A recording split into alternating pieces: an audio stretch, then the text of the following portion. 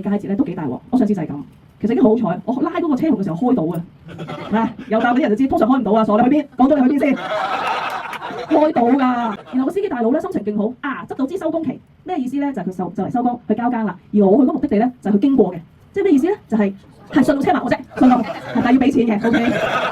可能太過順路，佢又唔想咁早收工啦，佢係將一程基本上唔需要跳標嘅車程咧，變成咗60幾蚊。唉，好簡單啫，好簡單啫，呢啲嘢真係。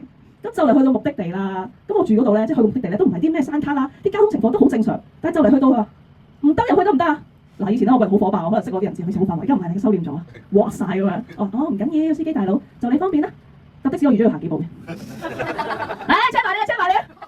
佢就冇工資喎，佢將一樣佢原本應份要做嘅嘢咧，變成人情咁樣送俾我。